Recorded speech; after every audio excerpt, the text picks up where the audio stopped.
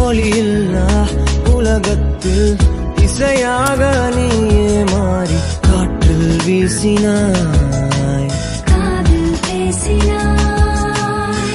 மொழியில்லா மௌனத்தில் விழியாலே வார்த்தை கோர்த்து கண்ணால் பேசினாய், கண்ணால் பேசினாய்.